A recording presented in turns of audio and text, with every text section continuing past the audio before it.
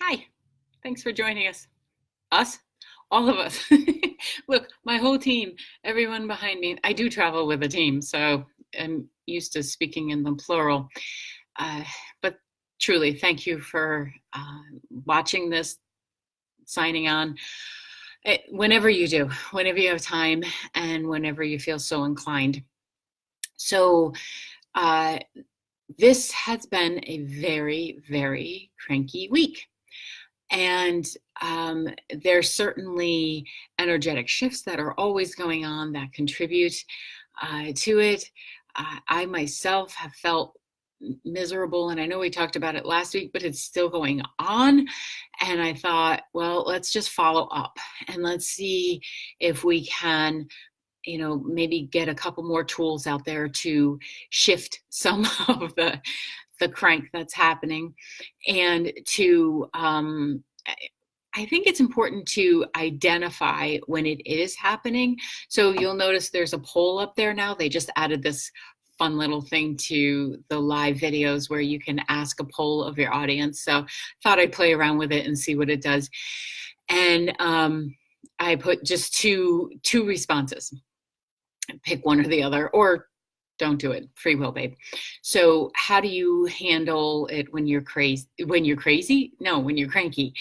Uh, like, what do you do? Do you check out or do you engage? Because these are the two areas, and there's hundreds of ways to participate in it or not. But I thought they would be the quickest to speak of, as well as maybe the clearest, not necessarily the quickest. So uh, I have found in myself and in clients that there's tends to be two highways that happen, or two lanes happen on the same highway, and it's either to get engaged or to check out. And checking out, you may think you're engaged because maybe you're scrolling on your phone, or you're flipping through the channels, or you're, in a chat thing going on, or whatever's, however you're connecting. And you may think you're engaged, but actually what you're doing is that you're numbing out, and you're checking out to not actually deal with whatever happens to be in front of you, in your brain, in your heart, in your life, standing right in front of you if you live with people. So the first thing that I thought we could look at is, which one are you doing? Because by doing that in any emotion, whether it's anger, crankiness, joy, I would love it if people would check in when they're in joy and when they're happy. That, like, are you engaged? Are you actually present to what's going on? Because I think the crankiness and sadness and the various can you tell I've been talking all week? The various emotions are there to let us know that something's a little out of whack, and to get our attention and to address it. So if, when you're feeling that crankiness, you acknowledge it and you say, okay, am I checking out? Am I present with it? You can ask what's going on. So that's part of the reason that there's a poll thing up there. Hi, Brenda. Hi, Sheila.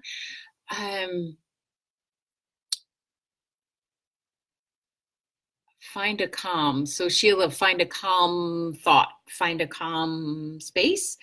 Not really sure what that is, but I agree with it. Look for the calm. But sometimes we have to look at the cranky to see, what is that? Like, what's poking it? And I had to, this last week, really, I didn't want to even be with me. And part of it was I was at the end of my week and I needed more outside time, and it didn't work. The schedule was, thankfully very busy, and I didn't make it outside as much as I often do. And my system was just screaming to be outside. So once I said to it, all right, fine, I hear you. We'll be going out pretty soon to get some fresh air, vitamin D, and all that, the system calmed down. I could get back in the game and be my what is normally happy self.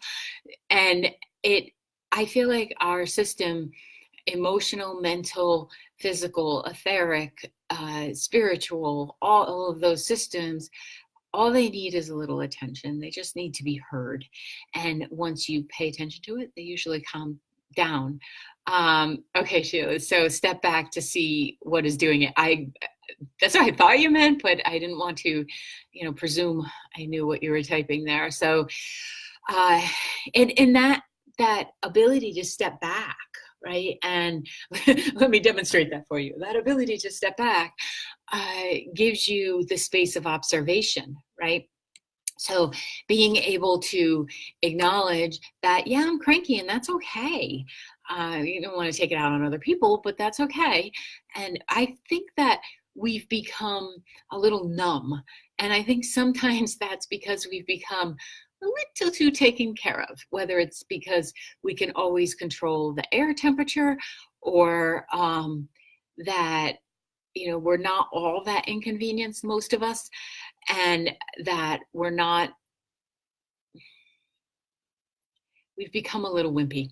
And I think we are getting away from actual emotions, and that scares me a little bit, but that's why I'm here. I'll keep poking until people realize that they're good things, and that we can embrace the suck of the emotion. So it's not always going to be wonderful floating through. Isn't this great? Look, you get a participation prize. Don't even get me started on those things. If you can embrace that sometimes you're just going to feel miserable, it doesn't have to take over your life, and you don't have to become that person who's always miserable. If you're willing to look at it, you can identify it, you can shift it, you can move on. So finding ways to do that. Like my blog this week, I was talking about the trees being the Swiffers. I really feel like I get Swiffered when I am out on the trails and stuff. I feel like I get rejuvenated and I get grounded into the earth's energy. And then I am a better steward of the earth. I'm a better person to the people around me.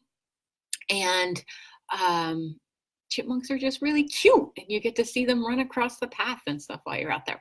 So it's also a way to detox away from technology, away from other people's voices and all the input that we have, because there's just so much going on, and we spend way too much on screen time that it absolutely overrides, and then we get miserable because it's a form of addiction. For any of you that have iPhones, they just did an update to operating system 12. And when you install that, there's an option to include the, I'm not sure what it's called, but it's like a timer in effect. It keeps track of how long you've been on social media. Like it tells me how long I've been in my calendar, how long I'm messaging. If I looked something up in an educational format, not just like how to get somewhere. And that's been really helpful for me because it encapsulated how much time I was spending on social media on my phone, and it wasn't all for business. So sometimes it was about watching all those adorable videos, and that's fine. But when I saw the number that was there, the hours that were there, I was like, forget this. Nope. If I'm not engaging in life, then I'm not going to completely check out either. I wasn't going to do this either or thing. So I've been dialing it back this last week, and it is hard. But I also look at, 5 years ago, I didn't even know what Facebook, Twitter, Instagram, all those were. So I obviously was engaged in my life then. So we have these skill sets and the abilities. We just get complacent, I think. And I think with the complacency comes the cranky. So while there is energy universally that's being kicked up that we're paying attention to, hopefully, that we're paying attention to. If you're looking at the cranky within yourself and not in other people, unless that's your job, then you can like start to shift that and then be more filled up in life. So, which is what I think we're doing. And there's been a theme this week of people really, touches my heart. They've really been challenged with what I would consider authority energies. And I don't mean just in our government and all that, but like, how did you look at your parents and what kind of dynamic is still there, even if your parents aren't physically here? And how did that shape who you are today? And there seems to be a push that's happening in awareness, and these things do come along. There are themes and energies that encourage us to look at what we might put away, ignore. And there's a parental thing going on, and people are starting to realize that they don't necessarily have to like their parents. And following up on last week's blog that I wrote about, you can love someone and not like them, and giving yourself permission to do that takes courage. And it also means being able to see yourself as an adult. And I often find that when people are in a cranky energy, it's because something isn't being met. Some need is not being met. And as adults, we have to take responsibility for whatever that need is and meet it. And that might feel exhausting, and you might want a day off from being an adult, but sorry, this is where you are. You may as well embrace it. Like I said, embrace the suck, because that can bring humor too. So if you're one of the ones that's looking at your relationship, or perhaps your parents are here and you're having a really hard time with them, and you don't understand them, and you just cannot put up with the way that they're speaking, or that the way that they're in their own life, we can have courageous compassion.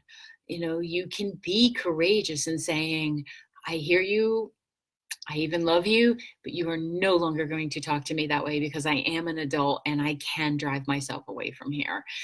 And I think it's very important for us to realize it doesn't matter how many times someone has been around the sun. Yes, there must be respect, in my opinion, but that does not give you the right to be mean, or derogatory, or to even still feel like the parent. Maybe you need time off. Maybe you need to realize that you have adults and it's no longer your responsibility to raise them. And you can stop feeling resentful of the fact that children are their own. So it can be a whole bunch of stuff that's really wrapped up in there, because the dynamics are very different. So, but I feel like it helps when people hear that other people are going through this. Right? So it's not only yourself, and you are not doing anything wrong if you ever question that someone is not in your best interest to be in your life. I think that's important across the board. And I think you can find joy there too, where you realize, oh, I really like having that person in our life. So what if you practice courageous compassion? It's not easy to say, but you could practice it without saying it. CC, let's practice CC, where you know so well what works for you and how you would like conversations to be. And that doesn't mean you're in charge of all conversations, but it does mean that you feel like you can speak up when this person is still treating you in what is a disrespectful way. I have heard more times this week that adult children are being called, stupid, ineffective, unnecessary. I can't remember what the other one was. It was so hard. It made me want to cry. And I can't even believe that those conversations happen. And yet I understand that those conversations happen, and there are dynamics and families that have this. But I feel like we have to call a halt to that.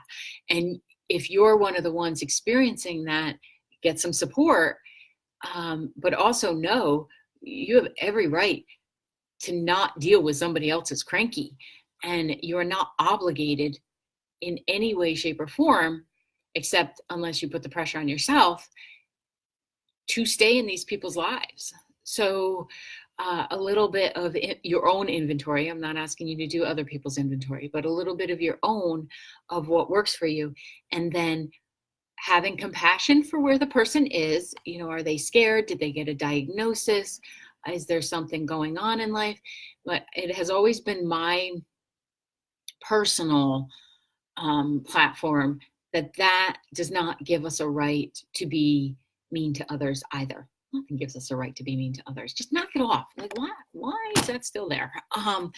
So the crank self that's going on this week, energetically, yeah, it's affecting us. And if you can have some compassion towards yourself, and making sure that you're doing whatever detoxes you, with quiet time, getting enough sleep, eating well, meeting with friends that are supportive. You don't have that group, go find it. Don't sit home and lament about the fact that you don't have it. Go to something and get invested in your own life. Because when we're engaged in our own life, we don't have time to pay attention or the inclination to pay attention to other people's miserableness. And hopefully then we're contributing in a way that also raises up joy and calls it out. It brings it to you.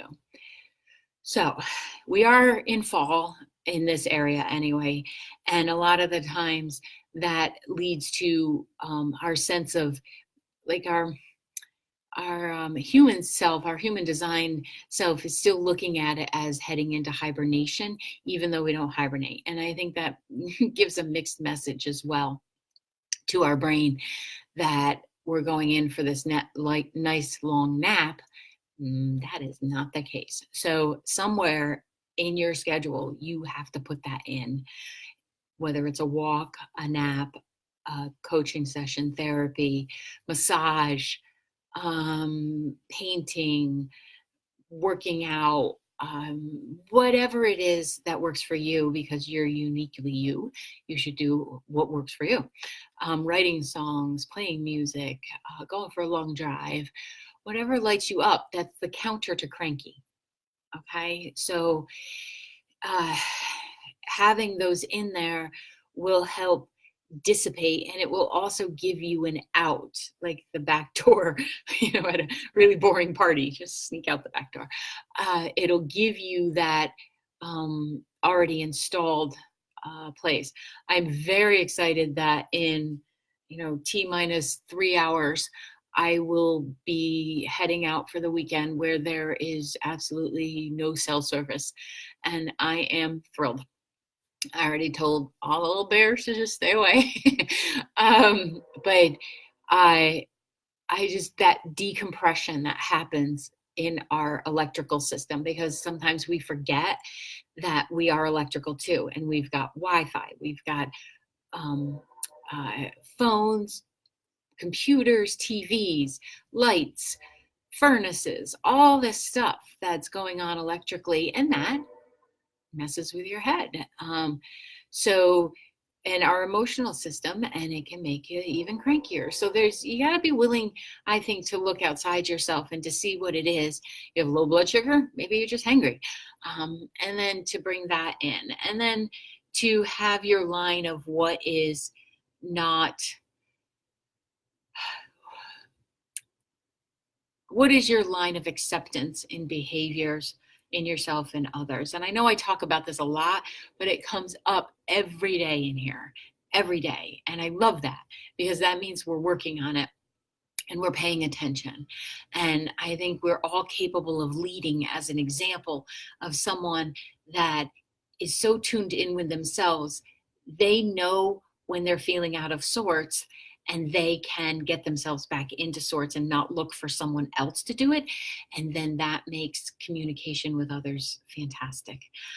So this week, let's use courageous compassion towards yourself, and see all the ways that you could, light yourself up. Like last week, I made butternut squash soup, which I've never made before, and thought, oh, it's just too hard. And then I thought, okay, Vicki, how hard can it be?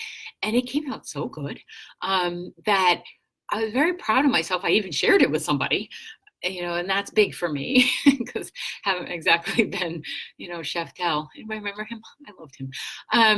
So something like that was how I spent my afternoon. I faced the fear that this is going to come out terrible. What was the worst thing that could happen? I donated to the garbage disposal. And yet something came of it that I know I can use the rest of the winter and thoroughly enjoy, and got to feel proud of myself too. And was it a great big discovery that helped humanity? No, but it filled me up enough, literally, because I ate it for lunch 3 days in a row, but it filled me up from an emotional standpoint, a pride standpoint, which I think is good. And then I shared it, so that gave me community as well. And it's these types of things that I feel like if I encourage others to seek, that we then create a humanity that's willing to speak to what we need inside, and then we stop looking for other people who are against us just because they think differently, or they eat differently, or they have a different belief system about our government. Because when you stop looking at what other people are doing wrong and you start looking at what doesn't feel right within yourself, life gets happy. If you address them, I guess. If you don't address them, you'd still be cranky. So let's get off the cranky wagon. Okay. So do the poll of, do you engage? If you feel the cranky coming on, do you ask what it needs? If you feel sadness, what are you related to? Are you asking, is it mine or is it someone else's? Did you pick up somebody else's stuff and it needs to be Swiffered?